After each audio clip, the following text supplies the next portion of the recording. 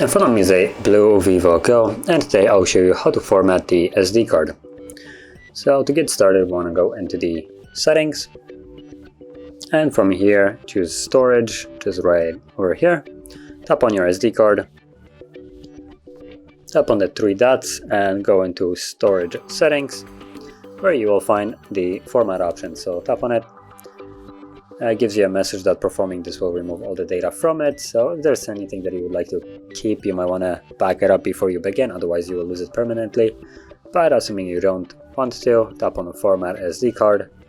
The process will begin. It's a fairly quick one, only takes a couple minutes, and once it's finished, the card is immediately ready to be used again, which it should be right now. There it is. So click on done and you're finished.